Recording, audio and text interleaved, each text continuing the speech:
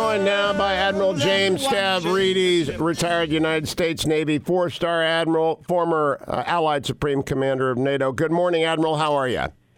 Doing well, Hugh. How are you? Great. I want to begin by asking you, last night, did you have a chance to watch the Democratic debate? I did. I dipped in and out of it. I can't say I watched every soundbite, but I managed to make it through much of it. Well, I turned it off after 45 minutes because after 45 minutes, no one had mentioned the fact that Iran had fired 3 fusillades of missiles at our troops and NATO allies last week. That's just fundamentally unserious. How serious was it last week? Weren't we at war with Iran for at least 3 hours? I would say we were in a period of extreme combat with Iran, and there's no other way to look at it. We could have a debate about declarations of war, and of course the Congress is going to pass a resolution, I think, attempting to limit the president's war powers. But in terms of were we in combat with Iran last week, absolutely. We took out, I think, correctly, a tactically successful strike against a leading Iranian general, Soleimani. Iran responded with major ballistic missiles. We are so lucky we didn't lose any U.S. troops in that exchange. And as a result of the lack of loss of U.S. troops, I think we have a narrow window here for diplomacy. But I'm with you in terms of the debate, why that was not the top issue that hit as soon as the opening bell, I can't say. Let me ask a technical question, then we'll come back to the larger question. Technical question. There were Allied troops on al-Assad. I have read the accounts in the Wall Street Journal and CNN of the damage inflicted. The Iranians shot with the intent to kill. We had warning. We put our troops and the Allied troops into tunnels or removed them from the bases. 3 hours of bombardment that, as one soldier told the Wall Street Journal, left their nerves rattled and racked. It was, I think, probably the first time American soldiers have been under a missile bombardment since Vietnam. You'll have to tell me whether or not the Iraqi Revolutionary Guard ever got off a missile attack. The Scuds hit Israel, of course. But what would technically the NATO commander be doing when the NATO commander's troops at al-Assad were also under attack last week? The Supreme Allied Commander would have been very involved in that situation, principally because that was partially a NATO mission. There is a NATO training mission that is in Iraq. And so the Supreme Allied Commander, General Todd Walters, would have been coordinating with his U.S. counterpart, talking to the commanding general of U.S. Central Command, Hugh, because the U.S. has about 5,000 troops there. NATO's mission is relatively small, in the range of about 1,000 troops. So the force protection for the NATO mission is actually the responsibility, in this case, of the United States. So General Walters would have been talking to General Frank McKenzie, head of U.S. Central Command. He would have been offering to push more NATO assets forward. And the NATO commander, as you would expect, has access immediately to thousands of troops, additional missile defense. He could have legitimately moved those forward in defense of that NATO mission. The U.S. Has good, as you know, very good defenses in the region. They've been bolstered by the Trump administration correctly since the Soleimani strike. I suspect no additional NATO forces will go forward in the immediate future, but together they will be watching Iran closely to see if more forces need to go forward from NATO as they have from the United States. Part of my reporting in the subsequent week is that we do not have Patriot missile batteries at al-Assad. We did not foresee the need, nor are we moving them there because this appears to be a one-time attack by Iran. But let's war game this out because civilians like me won't have a clue what we would have done. Had they killed significant numbers of Americans, any American, or let's do 2 scenarios, 1 to 10 Americans, and then if they had scored a direct hit on the tunnels and killed 1,500 Americans, what would have followed, Admiral? A massive attack on Iran. And I hope the Iranians understand that. And if you had any doubt about the level of intensity of the attack, I think that would have been put to rest by the strike against Soleimani. So here's what I think would have happened. You would have seen those B-52s that were moved to the theater react with cruise missile attacks against Iranian naval bases, against Iranian air bases. You would have seen cruise missile strikes from U.S. Navy warships at sea, including our ballistic missile submarines that carry cruise missiles. You would have seen our special forces potentially, I don't want to get into classified scenarios, but there are ways in which the special forces could be used. And fourth and finally, Hugh, you would have seen, I think, a very high-level offensive cyber attack, probably directed against Iranian infrastructure to take out military command and control. So it would have been a massive strike, perhaps not quite at the level of shock and awe at the beginning of Desert Storm, but it would have been a very high-level, highly visible attack against Iranian military targets. No, Admiral, I was astonished last night that no one on the stage spoke directly to the troops who were under attack last week. Now, if you were advising any of these Democrats, and you could very well end up running with one of these Democrats because you almost did that with Hillary, and I think they would be well advised to do it again. But what would you advise them to have sua sponte said last night to the troops in harm's way? I'm still so shocked they didn't do that.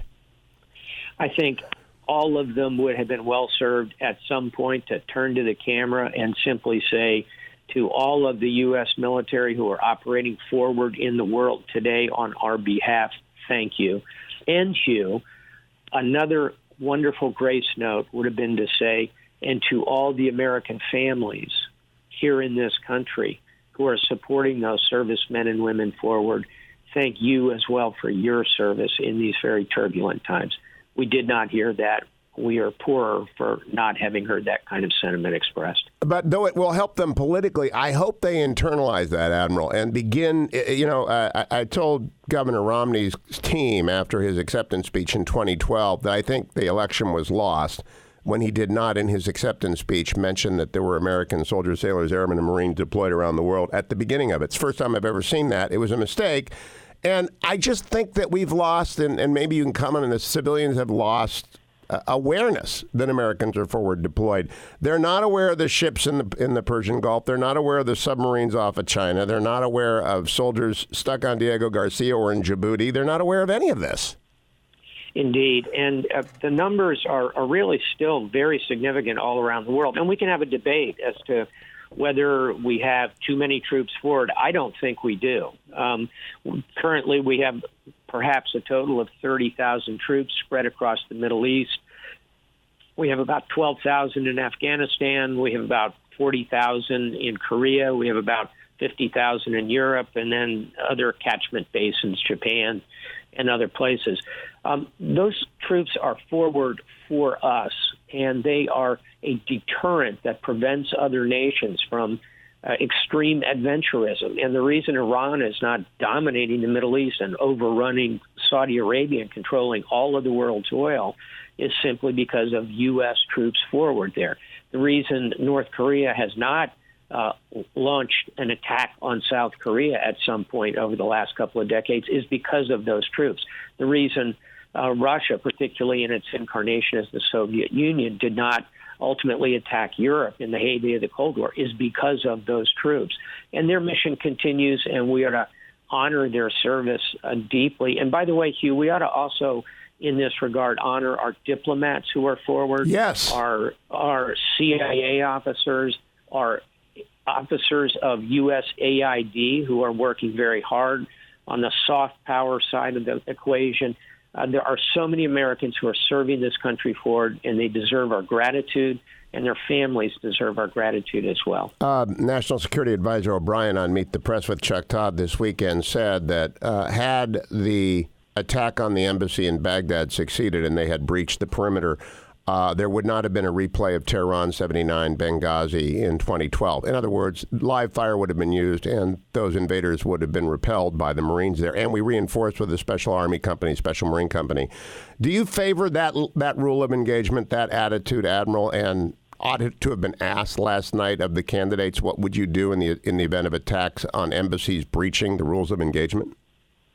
I think every situation is different and has different nuances to it, but I think having gone through these embassy attacks over the last several decades, going back to the Iranian Revolution, firepower has got to be used in repelling the crowd. Let's face it, you never want to get to that situation. This is the responsibility of the host nation, and Iraq did not step up as quickly as they should have. And in a case like that where the host nation is not responding, it is the responsibility of the commander-in-chief and of the combatant commander, the four-star combatant commander, who controls those forces and has them under his or her direct command, has a responsibility to protect those diplomats, protect that classified material. You don't want to end up in a situation where one of your embassies looks like the Alamo, but we have put in place so many more means of reinforcing and supporting those embassies, even since the Benghazi events.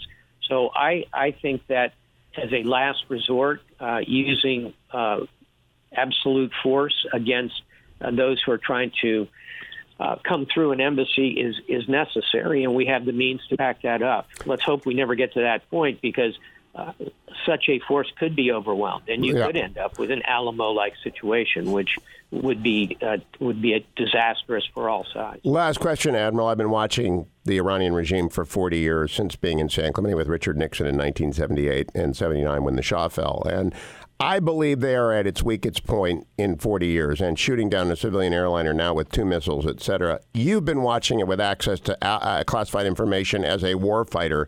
We've got 1 minute. How do you assess the status of the Iranian regime right now? I wish I could say that I think they are tottering and that they are going to fall, but I don't think so.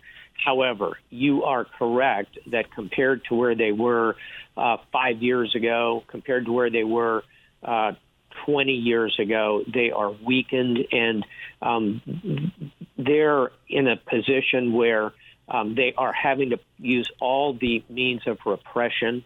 And unfortunately, Hugh, as you know very well, they are masterful at that and still have enough resources, I think, to hold on to control. But their ability to go outside the country and create mischief is much diminished. And I give credit to the administration for pressuring Iran in ways that I think are limiting Iranian scheme of maneuver throughout the region. Internally, however, they're still very strong.